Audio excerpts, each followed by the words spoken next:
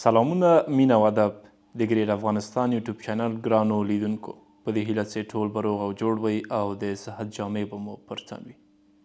محبوب الله پویا یم ستاسې په درانه چوپړ کې.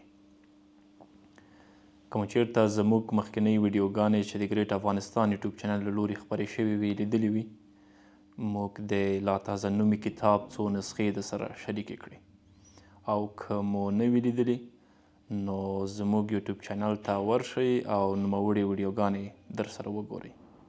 او نن هم د هماغه ویډیوګانو په سلسله راځو خپلې نننۍ موضوع ته او د نننۍ نسخې عنوان دی د زړه خوشحالي په نیکۍ کې نغښتې ده. کله چې در باندې خفګان راغی نو له خلکو سره نیکي وکړه، له مظلوم سره مرسته وکړه، وږو ته خواړه ورکړه، د ناروغ عیادت وکړه. له دې سره به د نیکمرغي په برخه شي. له خلکو سره په ورین تندي مخ کېدل صدقه ده.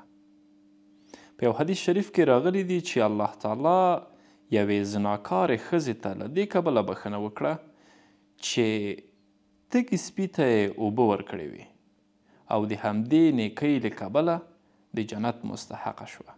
حسن بصري فرمایي یو صحابي یوه ښځه ولیده چې اسلام څخه مخکې پیژنده. له هغې سره یې څه خبرې اترې وکړې او بیا ترې روان شو، خو په تلو تلو کې به یې ښځې پسې شاته راکتل تر دې چې په ناپامۍ کې له دیوال سره ولګېده او خوږ شو.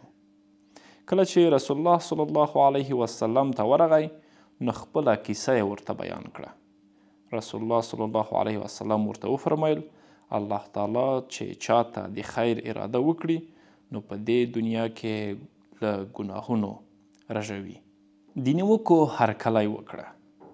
ځینې خلک داسې هم دي چې واحد او لا شریک ذات ته کنځلې کوي. هغه خو داسې ذات دی چې ټولو مخلوقاتو ته رزق ورکوي. له هغه پرته بل هیڅ څوک د عبادت وړ نشته. نو بیا زموږ په شان د ګناهکارانو څه حیثیت وي؟ موږ باید هر وخت د خلکو نیوکې په ورین تندي وزغمو، ځکه چې خلک به مو د بربادولو هڅې کوي او په قصدي ډول به مو بې ادبي وشي. د نیوکو لړۍ به تر هغې پورې دوام لري څو پورې چې تاسو له هغوی څخه د پرمختګ په حال کې یاست. ته یوازې په دې طریقه ترې خلاصېدلی شې چې یا پر ځمکه ننوځې یا هم ترې اسمان ته وخیژې او د هغوی له سترګو پناه شي. له دې پرته بله چاره نه لري. څو پورې چې د هغوی په منځ کې اوسیږي همداسې به تکلیف درکوي. اوښکې به دې له سترګو روانې وي او خوب به دې ورک وي. څوک چې پر ځمکه ناست وي هغه هیڅکله نه غورځېږي. دوی در سره ځکه په زړه کې حسد لري چې ته د علم، ښه صلاحیت، ښو اخلاقو او شتمنۍ خاوند یې او له دې کبله له هغوی څخه غوره یې. دوی به دې تر هغې پورې ونه بخي څو پورې چې شاته پریښی نه یې. الله تعالی در څخه ټول نعمتونه اخیستي نه وي او خپل ټول صلاحیتونه، علم، ښه اخلاق او شتمنۍ څخه کنګال شوی نه یې، همدا دوی خوښوي. په همدې خاطر ته باید د هغوی هر ډول نیوکې، بې ځایه خبرې او بې ادبي وزغمې. ځان د احد غره په شان کلک کړه. یو داسې ډبره له ځانه جوړه کړه چې هر څومره پرې د ګولیو باران وي خو هغه نه ماتیږي او پر ځای روغه پرته وي.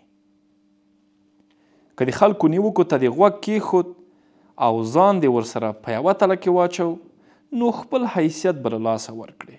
نو د هغوی نیوکو ته غوږ مږده او د هغوی بهانو او مکرونو ته سینه مه تنګوه. له هغوی سره مه کښېنه او مه یو خبرو ته پام کوه. د هغوی بدي به دې درجه لوړه کړي. دا به دې هیڅ له لاسه ونه شي چې خوله یې بندې کړې او ژبو ته یې غوټې واچوې. خو کولی شي چې د خپل پیاوړي ایمان او علمي ځواک پر اساس د هغوی نیوکې تر پښو لاندې کړې او تش لاس یې پرېږدي. لنډه دا چې هغوی پر خپل حالت پرېږدي نو خپله به ستړي شي او ته به له نیوکو څخه خلاص شي. لکه څنګه چې قرآن کې راځي قل موتو بغیظکم، ژباړه ورته ووایه چې له خپلې غصې سره مړه شئ. یوازې دا نه بلکې کولی شئ چې خپلې ښېګڼې زیاتې کړئ، خپله بدي له منځه یوسئ او د هغوی ژبو ته غوټې ور واچوئ. که غواړئ چې د ټولې نړۍ پر وړاندې له ټولو بدیو او نیمګړتیاوو څخه ځان خلاص کړئ او ټول خلک درڅخه خوشحاله اوسي، نو دا کار به هیڅکله سرته ونه رسیږي. له یو چا څخه د مننې په تمه کیږه مه. الله تعالی بندگان د دې لپاره پیدا کړي دي چې یوازې د هغه عبادت وکړي او د دې لپاره یې رزق ورکړی چې د هغه شکر پر ځای کړي. ډیری خلکو هم د غیر الله عبادت کړی او هم یې ترې مننه کړې ده، ځکه چې په انسان کې د بېوفایۍ او د نعمت د کفران ماده زیاته ده. پر همدې خاطر دې ته مه حیرانېږه چې خلک ستا احسان نه مني، دښمني در سره کوي او په زړه کې در سره کینه او حسد ساتي. لکه څنګه چې قرآن کې الله تعالی فرمایي وما نقموا الا ان اغناهم الله ورسوله من فضله. ژباړه د دوی دا ټوله غصه په دې خبره ده چې الله تعالی او د هغه پیغمبر په خپلې لورینې سره دوی شتمن کړي دي. تاسو به هرومرو د تاریخ په پاڼو کې د یو داسې پلار کیسه ولولئ چې خپله یې په لوږه تنده کې ژوند تیر کړی دی، شپې رڼې کړي دي او د زړه په وینو یې خپل زوی پاللی او هغه یې پر موټو قوي کړی دی. کله چې هغه را زلمی شو نو د یوې لیوني سپي په شان یې د خپل پلار په داړلو پسې راواخیسته. هغه پسې ملنډې ووهلې، دښمني یې ورسره وکړه او نافرماني خو یې په سر کې کړې وه. لنډه دا چې د خپل پلار په حق کې د بدۍ هیڅ ځای پرې نه ښود. دا د هغو خلکو لپاره زیری دی چې خلک یې نیکي او احسانات شاته غورځولي دي. هغوی د الله تعالی په نزد یو داسې عزت او انعام مستحق دي چې هیڅکله به یې خزانې تشې نه شي. دا په دې معنا نه چې ته له خیر ښېګڼې څخه لاس واخلې، بلکې نیکي وکړه او بیا یې سیند ته ګزاره کړه. د نااهلو په غبرګون مه ناامیده کیږه.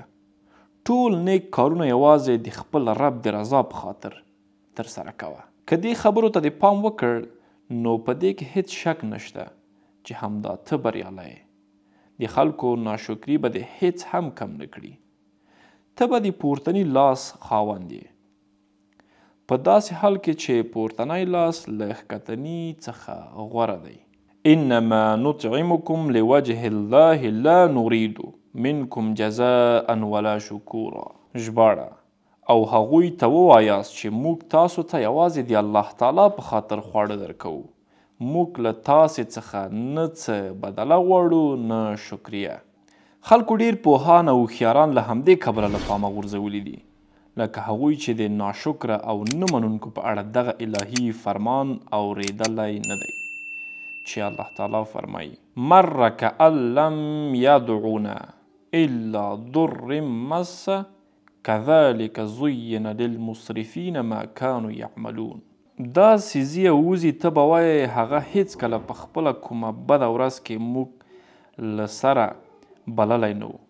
په دې ډول له حده تیري کوونکو لپاره د هغوی عملونه ښایسته کړی شوي دي. په تعجب کیږه مه که چاته قلم او کاغذ ورکړې او هغه پرې ستا بد خصلتونه ولیکي، یا چاته امسا ورکړې او هغه پرې ستا سر مات کړي، ځکه د انسان فطرت همداسې پیدا شوی دا چې هغه د الله تعالی په اړه داسې کارونه کوي چې عقل یې نه مني. نو زه او ته څوک یو؟ دا وه زموږ نننۍ ویډیو.